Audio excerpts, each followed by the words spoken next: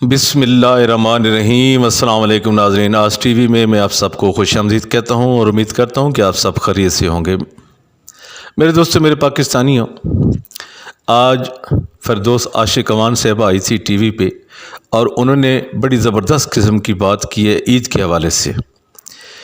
उन्होंने तो कोरोना के हवाले से बात की है, तो दोनों तरह से मैंने इसको देखा कि उनकी बात में बड़ा वज़न था। वो कहती हैं इस ईद पे न जफियाँ होंगी न पपियाँ होंगी, ये उनका बोल था और मुझे बड़ा पसंद आया। उन्होंने तो उस एंगल में कहा है कि कोरोना की वजह से आप एक दूसरे से अगर मुलाकात करते भी हैं तो हेलो हाय करें, एक दूसरे से मिलने से गुरेज करें। लेकिन मैं समझता हूँ कि उनके ज़हन में कोई और वजह भी हो सकती है और बात भी हो सकती है। चूँकि शहबाज शरीफ ने बड़ा सोचा था कि अब भाई के साथ लंदन में जाके जफियाँ होंगी, पपियाँ होंगी, ईदें होंगी, सारा कुछ हो गया, लेकिन वो सारे के सारे अरमान अधूरे रह गए, पूरे ना हो सके। शहबाज शरीफ को लाहौर एयरपोर्ट पे रोक दिया गया और रोकने की जो वजह सामने आई है वो मैं आपको बताना चाहता हूँ। वो आपको शायद इल्म हो चुका होगा, लेकिन मैं अपनी तरफ से अपने नाज़रीन को ज़रूर बताऊँगा कि शहबाज शरीफ सबसे पहली बात तो यह है कि इतनी जल्दी में क्यों थे। आप लोगों को पता है कि शहबाज शरीफ को आम आदमी नहीं है, उसको रोकना कोई इतना आसान काम नहीं है। चाहे वो गवर्नमेंट के इदारे हों, चाहे गवर्नमेंट हो, चाहे कोई भी हो, शहबाज शरीफ हो, नवाज़ शरीफ हो, जरदारी हो, ऐसे लोगों को एयरपोर्ट पे रोकना कोई आसान काम नहीं है। लेकिन शहबाज शरीफ को रोका गया और शहबाज शरीफ को जाने की जल्दी क्यों थी? शहबाज शरीफ रात के अंधेरे में क्यों भाग रहे थे? रात के अंधेरे में क्यों जाना चाहते थे? इसकी वजह मैं आपको बताता हूँ। मेरे दोस्तों, मेरे पाकिस्तानियों, जब चोर की दाढ़ी में तिनका हो, वो कहते हैं ना, जब कोई चोर होता है ना तो उसको रस्सी भी सांप की तरह नज़र आती है। वो कहते हैं ना, सांप का डरा रस्सी से भी डरता है, और चोर की दाढ़ी में तिनका। शहबाज शरीफ को मालूम था, इस बात का इल्म था कि मैं जा रहा हूँ बड़े इल्लीगल तरीके से। एक अली बाकर नजफी जज हैं जो उन्होंने ख़रीद लिया हुआ है, या खुदा जाने क्या बात है, या वो नशे में थे जिन्होंने ये फ़ैसला किया अली बाकर नजफी ने कि शहबाज शरीफ का नाम ब्लैक लिस्ट से भी निकाल दिया जाए। और फिर इतने बड़ा केस था जिसका एक ही दिन में उन्होंने 3 दफ़ा हेयरिंग की, फिर उसका फ़ैसला कर दिया कि जनाब शहबाज शरीफ को बाहर जाने की इजाज़त भी दी जाए। तो मैं तो यही कहूँगा कि इस तरह के जो गटर जज होते हैं वो अक्सर नशे में बैठे होते हैं। बाकी सूझबूझ करने वाला जज इस तरह का फ़ैसला तो नहीं कर सकता। एक आम छोटा सा भी फ़ैसला हो तो उसके लिए भी कुछ महीने लग जाते हैं।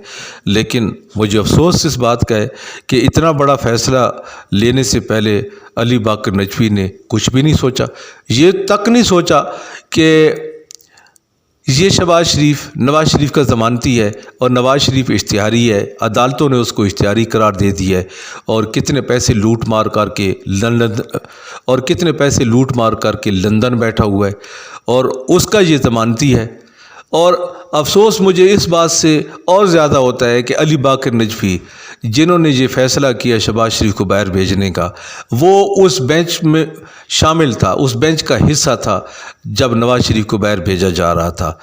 तो अच्छी तरह जानता था अली बाकर नजफी कि शहबाज शरीफ उसके ज़मानती हैं। तो होना तो ये चाहिए था कि शहबाज शरीफ से पूछताछ होती कि भाई आपका भाई जिसकी आपने ज़मानत दी थी वो तो भगोड़ा हो चुका है, इश्तिहारी हो चुका है, तो आप बजाय उसके कि उसकी ज़मानत के तौर पे हम उसको आपसे पूछते, आप अपनी ज़मानत के लिए, आप अपनी बाहर जाने के लिए इजाज़त लेने के लिए आ गए। तो ये कैसे मुमकिन हो सकता है कि एक इश्तिहारी का ज़मानती भी बाहर चला जाए? तो ये होना तो मुमकिन नहीं था। लेकिन अफसोस से कहना पड़ता है कि ये हमारे पाकिस्तान का जुडिशरी सिस्टम है जिसमें इस तरह के गटर जज बैठे हुए हैं।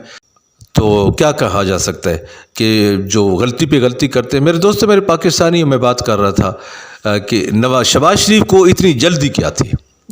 जल्दी उसको ये थी कि यही वजह थी कि मैं नवाज़ शरीफ का ज़मानती हूँ।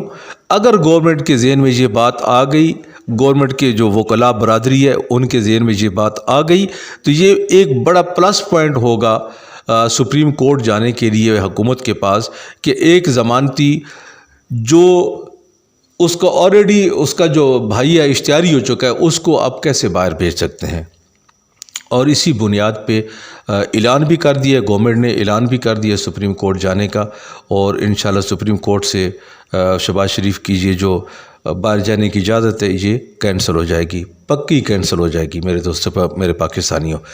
اب بات کرتا ہوں واجد زیاد صاحب کی۔ واجد زیاد صاحب ایک ہیرو کے طور پہ پہلے بھی ہمارے سامنے آ چکے ہیں، اور یہ سارا جو ایکشن ہوا ہے یہ واجد زیاد صاحب کی طرف سے ایکشن ہوا ہے۔ رات گئے انہوں نے ایکشن لیا اس بات کا کہ یہ کیسے ممکن ہے کہ ہماری اجازت کے بغیر نہ ہمیں انفارم کیا گیا۔ ایک ٹیکنیکل پوائنٹ پہ انہوں نے جناب شہباز شریف کو روکا ہے۔ آپ جانتے ہیں کہ ایسے لوگوں کو روکنا کوئی آسان کام نہیں ہے، لیکن یہ واجد زیاد صاحب ہی ہیں جو اس طرح کے کام کر سکتے ہیں، اس سے پہلے بھی کرتے آئے ہیں۔ اور خاص طور پہ نواز شریف کی جب جے آئی ٹی بنی تھی اس میں جتنے ایویڈنس ملے تھے وہ واجد زیاد صاحب کی کوششوں سے ملے تھے، اور اسی کا یہ دوبارہ جناب واجد زیاد صاحب نے اعادہ کیا ہے کہ ان چوروں کا پیچھا وہ نہیں چھوڑیں گے جب تک وہ زندہ ہیں، جب تک وہ حکومت میں ہیں، لیگل طریقے سے ان کو پکڑیں گے۔ کبھی بھی واجد زیاد صاحب نے اللیگل کام نہیں کیا، ہمیں اس کے اوپر یہ فخر ہے۔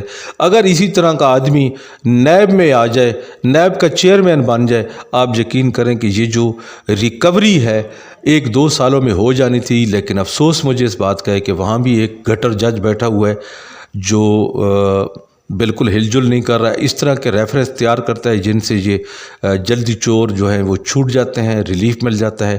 تو ایسے گٹر ججوں کو جیسے علی باقر نجوی جیسے جج ہیں، یہ پاکستان میں ان ایسے لوگوں کی کمی نہیں ہے، یہ ہر جگہ پہ موجود ہیں۔ سپریم کورٹ میں بھی بیٹھے ہوئے ہیں، چاروں صوبوں کی جو ہائی کورٹس ہیں وہاں بھی بیٹھے ہوئے ہیں، اور ہر جگہ پہ بیٹھے ہوئے ہیں۔ سول جج بھی اس طرح کے بیٹھے ہوئے ہیں جو پیسہ لے کے مقدمات کا فیصلہ سناتے ہیں۔ تو ایسے گٹر ججوں کے خلاف میں سمجھتا ہوں کہ ایف آئی آر ہونی چاہیے، تمام کے خلاف ایف آئی آر ہونی چاہیے، اور ان کو قرار واقعی سزا ملنی چاہیے، اور یہ عبرت کا نشان ان کو بنایا جانا چاہیے۔